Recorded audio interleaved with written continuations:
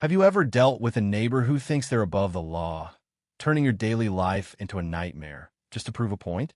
Well, buckle up because this story from a quiet suburb in Arizona is about to show you what happens when patience runs out and heavy metal rolls in. It all started in the sunny hills of Scottsdale where I, Mike Thompson, had finally settled into my dream per modest acreage with a gated driveway leading to my home workshop. I worked hard for it, fixing up old cars and enjoying the desert views. But then there was Karen Mitchell, the HOA president who ruled our gated community like her personal fiefdom. She drove a flashy red Ferrari 488, the kind that screamed, "I'm better than you," and she loved using it to flex her power. The first time I saw that Ferrari blocking my gate, I figured it was a mix-up, maybe a lost visitor or a quick stop. But no, it sat there, engine off, right across my only entrance. Deliveries bounced back, my buddies couldn't swing by for a beer, and even my pickup truck was trapped inside like a forgotten relic. Karen sauntered over in her designer yoga pants, flashing a smile that didn't reach her eyes. "Mike, this is a community access space," she said like she was quoting the gospel. "Perfectly within HOA guidelines." Bull. That spot was my private easement, deeded and documented. I knew it, she knew it, but Karen had a knack for twisting rules into knots. "Move your car," I said, keeping it civil. She just laughed. "File a complaint if you must. Until then, it's staying." And off she went, leaving her prize Ferrari as a gleaming barricade. That week turned into hell. Packages piled up at the post office, a plumber canceled because he couldn't get in, and my sister had to hike over the fence for dinner. Neighbors whispered, "That's not right," but no one spoke up. Karen paraded at HOA meetings, preaching about shared spaces, while her cronies nodded like bobbleheads. I tried the polite ratia note on her windshield. "Please respect private property. MT." She taped it back on my mailbox with "HOA trumps your ego" scrawled in red. Cops. Called them twice. Officer Ramirez showed up, eyed the Ferrari, then shrugged. "Civil issue, sir. Take it to the board." The board? I brought maps, surveys, the whole 9 yards. "This proves trespassing," I argued. Karen stood, adjusting her gold necklace, and dismissed it all. "Outdated docs, Mike. HOA oversees parking." Her pals backed her, and I left fuming, jaw locked tight. It escalated. Her Ferrari became a fixture mornings, afternoons, even overnight under the stars.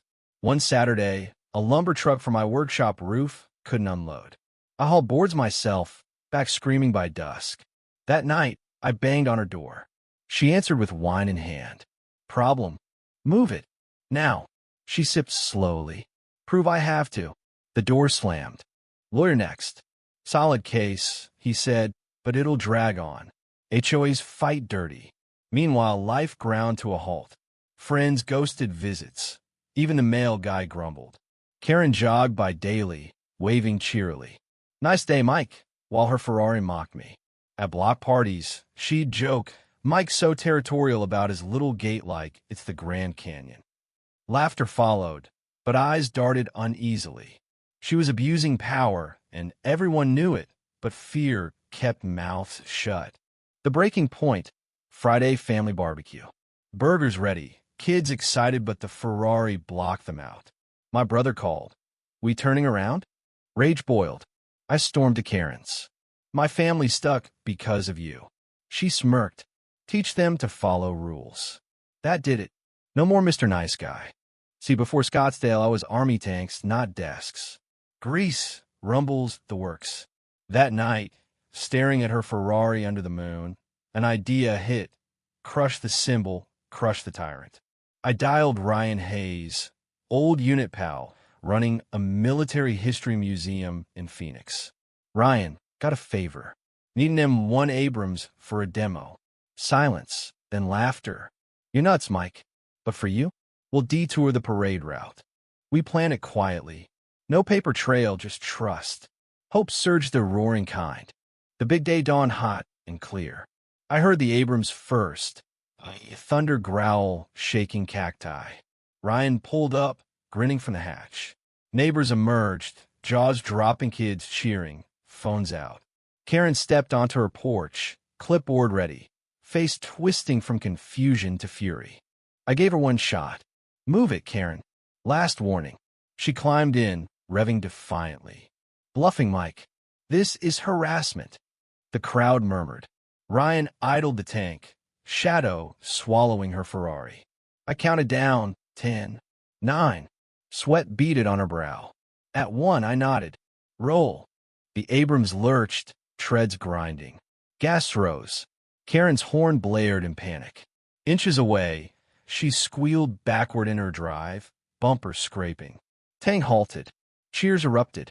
Karen paled, pearls clutched. You almost killed me. But the myth Shadowredno 1 rushed to her side. She tried again 2 days later, Ferrari back like a dare. No games this time. Ryan revved. The tank advanced. Crunch, the Ferrari folded, metal screaming, glass shattering. Alarms wailed as treads flattened leather and chrome. Karen scrambled out, screaming. Neighbors hooped. Even her board buddies froze. Cops arrived, sirens blaring. Karen wailed, "Arrest him." But footage showed warnings, and my deed proved ownership. Ramirez sighed. Trespassing vehicle removed legally, ma'am. The crowd applauded. Karen's face, crumpled, power gone. The aftermath was sweet. The board ousted her in an emergency vote. Stories poured out. Her fines, threats, pettiness. By month's end, a for sale sign hit her lawn. Moving trucks came. She left in a rental sedan, defeated. Neighborhood breathed, free rules loosened, chats lengthened.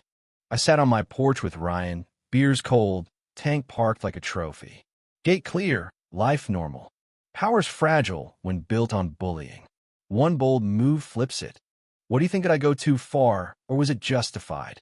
Share your take in the comments. Stand your ground, and let me know your view.